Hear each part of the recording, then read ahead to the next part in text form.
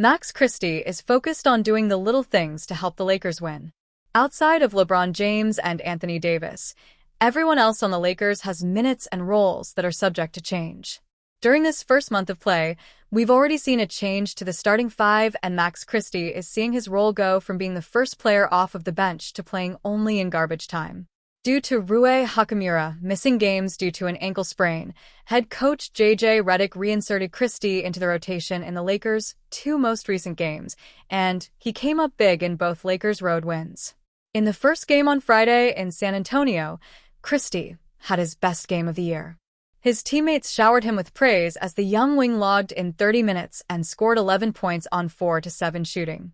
He followed up that performance with a much more modest stat line against the Pelicans, scoring 2 points, grabbing 3 rebounds, and stealing the ball twice. However, the stats don't tell the full story. Max brought a level of defensive ability on the perimeter this team desperately needed with Cam Reddish out. He also made big plays late, with none more impactful than his tip-out during the game's closing seconds. His extra effort on that possession secured the ball for Los Angeles after LeBron missed and ensured there wouldn't be any late-game heroics by New Orleans. The play did not go unnoticed by Redick, who went out of his way to give Christie a shout-out post-game. "How about Max Christie?" Redick said. "Crash of his life from the corner. He guarded his butt off all night, not a big offensive night, and he gets that offensive rebound tip-out to kind of seal the win for us. See, folks, offensive rebounding matters. It keeps the ball on your side and gives you more looks at the basket while preventing the other team from getting out in transition." This late into the game, it even secured the win. After the win, Christie broke down the play during his media availability. "Honestly, as soon as I got to the corner that possession, I said I was going to get a rebound, be in there, be in the mix," Christie said. "I knew the situation of the game. If I could get the tip out on a miss, we got the ball with no shot clock left, they have to foul. We make free throws, we win the game." Kind of just an effort play, and the determination to go in there and make a winning play for the team. Christie, at 6 feet 6 inches, isn't the smallest player, but he isn't the biggest either. It took toughness and a high level of compete, as J.J. Redick would say, to crash the glass like this and beat out his defender, Jalen Noel, for the ball. Improvements in the margins affect the big picture, and a tip-out securing a result is a perfect example. It's great to see Christie being ready and responding like this after a stint on the bench. If he keeps this up, Redick will gladly use him more and ensure he's on the floor during clutch time. Lakers' Bronny James doubtful versus Jazz with bruised left heel. Bronny James has a bruised left heel, and he is listed as doubtful for the Los Angeles Lakers' next game against the Utah Jazz on Tuesday night. The Lakers hadn't previously disclosed the injury for the 20-year-old son of LeBron James before he was included on their injury report Monday. Bronny James has been suiting up for both the Lakers and their G League affiliate since the South Bay Lakers season began earlier this month. He has played 16 total minutes and scored 4 points in 5 NBA games, while he has played extensively in 2 G League games. Bronny scored 4 points on 2-4-10 shooting while starting and playing 25 minutes for the South Bay Lakers and a loss to Stockton on Sunday night. He scored 6 points in South Bay's season opener 8 days earlier, playing both G League games with his parents in attendance at the Lakers training complex. LeBron and Bronny made NBA history last month as the first father and son to play in the NBA at the same time, let alone on the same team. They have yet to play together again, with Bronny's NBA playing time mostly confined to the end of games already decided. The Lakers, 9-4, are off to an outstanding start with 5 consecutive wins and a 6-0 record at home. LeBron has been formidable so far in his record-tying 22nd NBA season, racking up 4 consecutive triple-doubles before the streak ended in Los Angeles's win at New Orleans on Saturday. Los Angeles also seems likely to be without starting forward Rui Hachimura, ankle, against the Jazz after he missed the past 2 games. Hachimura didn't practice Monday, but he's making a lot of progress, coach J.J. Redick said. The Lakers hope he will return to practice this week during the team's 3-game homestand. Bronny James has a left heel bruise and is listed as doubtful for the Lakers' next game.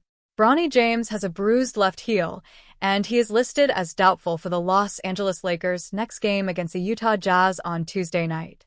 The Lakers hadn't previously disclosed the injury for the 20-year-old son of LeBron James before he was included on their injury report Monday. Bronny James has been suiting up for both the Lakers and their G League affiliate since the South Bay Lakers season began earlier this month. He has played 16 total minutes and scored 4 points in 5 NBA games, while he has played extensively in 2 G League games. Bronny scored 4 points on 2-for-10 shooting while starting and playing 25 minutes for the South Bay Lakers and a loss to Stockton on Sunday night. He scored 6 points in South Bay's season opener 8 days earlier, playing both G League games with his parents in attendance at the Lakers training complex. LeBron and Bronny made NBA history last month as the first father and son to play in the NBA at the same time, let alone on the same team. They have yet to play together again, with Bronny's NBA playing time mostly confined to the end of games already decided. The Lakers, 9-4, are off to an outstanding start with 5 consecutive wins and a 6-0 record at home.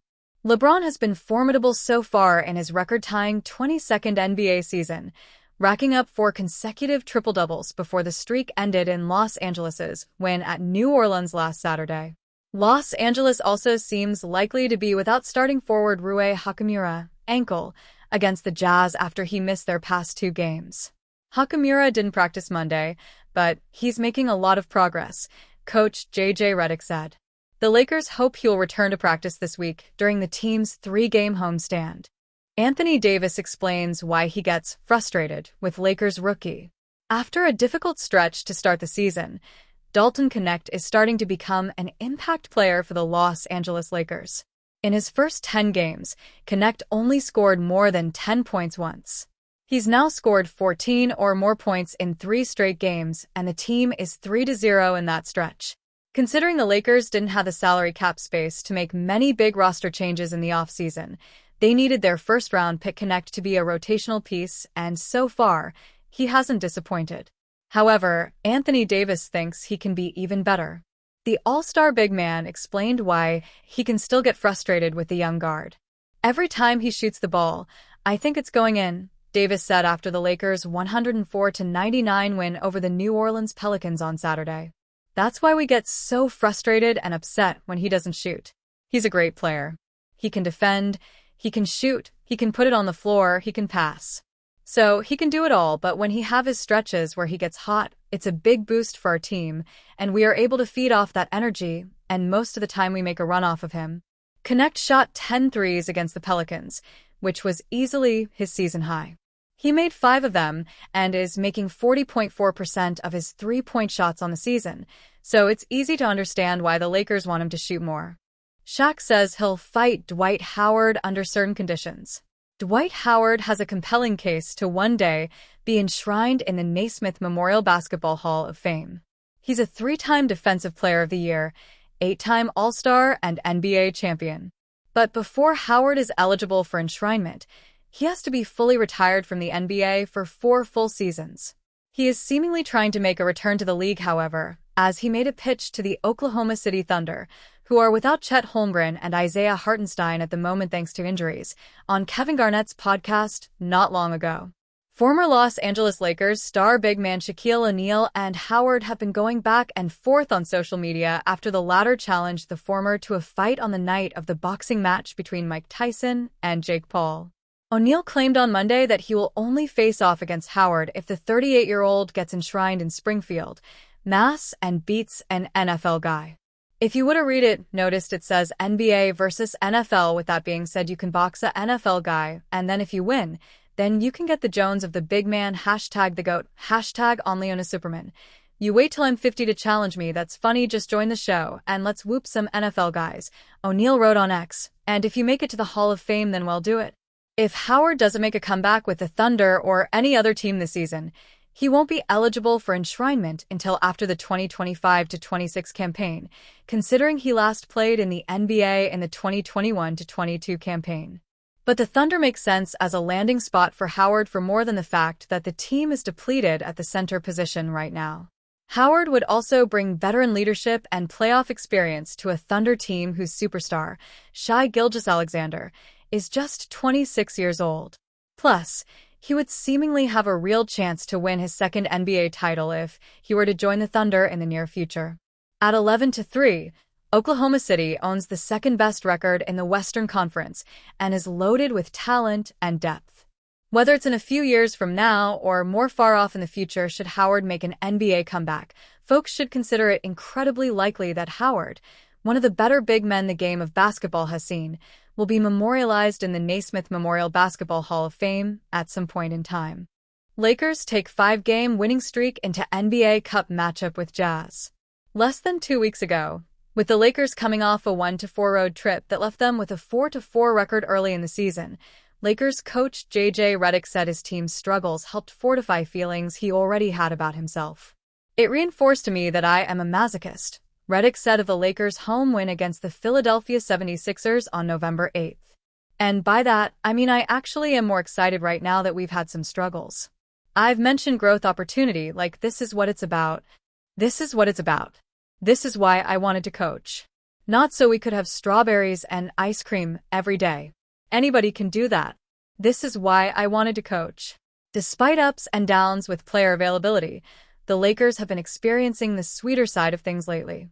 They enter Tuesday night's home game against the Utah Jazz 3-10, which kicks off a 3-game homestand, with a 9-4 record amid a 5-game winning streak that started with the aforementioned victory over the 76ers.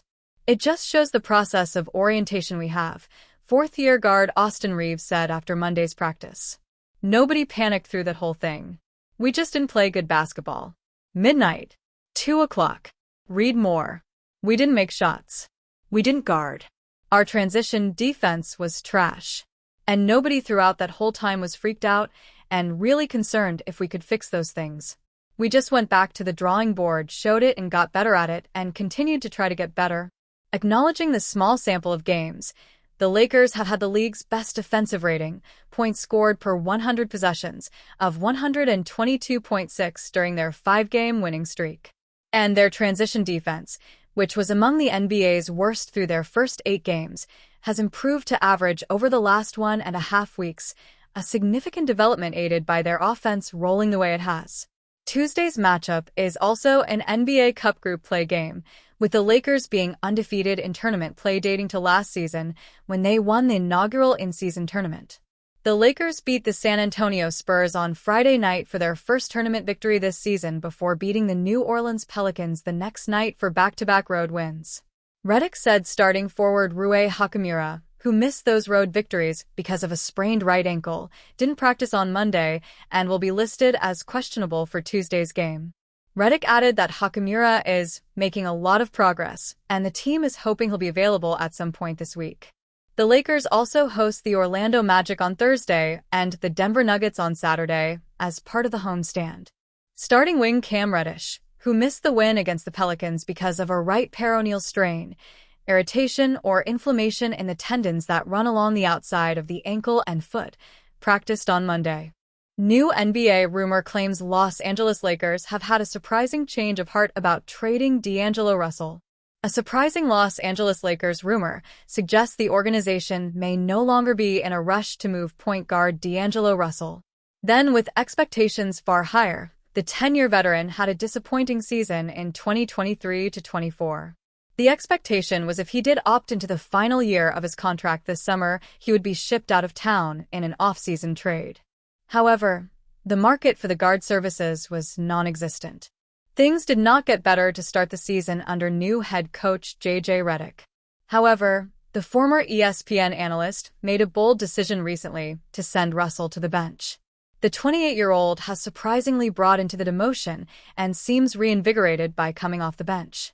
Since moving to the bench, the Lakers are 19.9 points better per 100 possessions when he's on the court and 5.4 points worse per 100 when he's off. And that seems to be why the front office has changed their stance on using him in a trade anytime soon. In talking to sources close to the Lakers, Russell playing well in this role might make them a little more reluctant to part with him, as the bench unit seriously struggled with Gabe Vincent at the helm, Clutch Points Lakers insider Anthony Irwin reported Monday. If this is actually who Russell can be for the rest of the season, the Lakers might get even more picky about who they'd trade him for, or would look to find a more reliable option than Vincent as part of a Russell trade. It is a surprising turn of events for a player whose value seemed to hit an all-time low in the summer. However, that may be part of why he has gladly taken on his new role. He knows if he hopes to get a good contract this summer in free agency, he badly needs to fix his reputation around the NBA. D'Angelo Russell's second stint with the Lakers is a story of highs and lows. After getting traded back to the franchise that made him a first-round pick, he played a major role in their late-season success in 2023. However, during the playoffs, he disappeared when they needed him most.